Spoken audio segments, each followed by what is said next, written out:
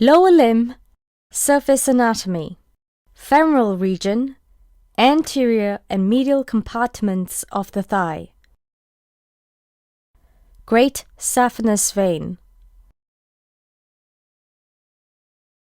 This large superficial vein is usually visible in thin males while standing. It arises from the dorsal venous arch on the dorsum of the foot, anterior to the medial malleolus. It then ascends the medial side of the leg, 1 hand's breadth posteromedial to the patella. The great saphenous vein then ascends the medial side of the thigh to the saphenous opening, whereby it then drains into the femoral vein. Small saphenous vein. Trace the small saphenous vein from the dorsal venous arch on the dorsum of the foot, behind the lateral malleolus. The small saphenous vein ascends between the 2 heads of the gastrocnemius muscle to drain into the popliteal vein, deep in the center of the popliteal fossa. Pelvis and anterior thigh. Palpate the anterior superior iliac spine using 2 fingers. Trace the inguinal ligament downwards to the pubic tubercle and pubic symphysis. A horizontal line from the pubic tubercle bisects the femoral head and touches the tip of the greater trochanter. The iliopsoas tendon crosses the femoral head, and anterior to it lies the femoral artery and the femoral nerve. With the lower limb in the position as shown, palpate the pubic tubercle by tracing the adductor longus tendon upwards. Femoral triangle. The lateral border of the femoral triangle is formed by the sartorius muscle. The medial border is formed by the adductor longus muscle. The base is formed by the inguinal ligament. The roof is formed by fascia lata, and the floor of the femoral triangle is formed by the iliopsoas tendon and the pectineus muscle. The iliopsoas tendon and the pectineus muscle both lie anterior to the hip joint.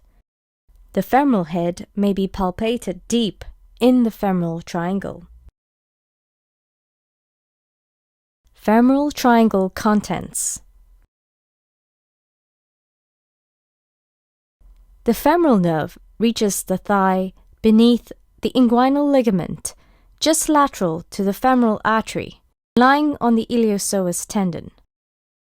The femoral artery descends vertically through the femoral triangle from the mid-inguinal point.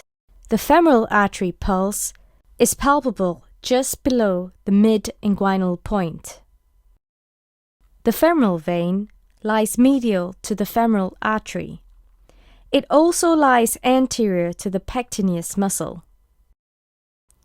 The femoral canal is the most medial structure in the femoral triangle and contains fat and lymph nodes. The femoral artery, femoral vein, and the femoral canal are all enclosed within the femoral sheath. Navel. N. Femoral nerve. A. Femoral artery. V. Femoral vein.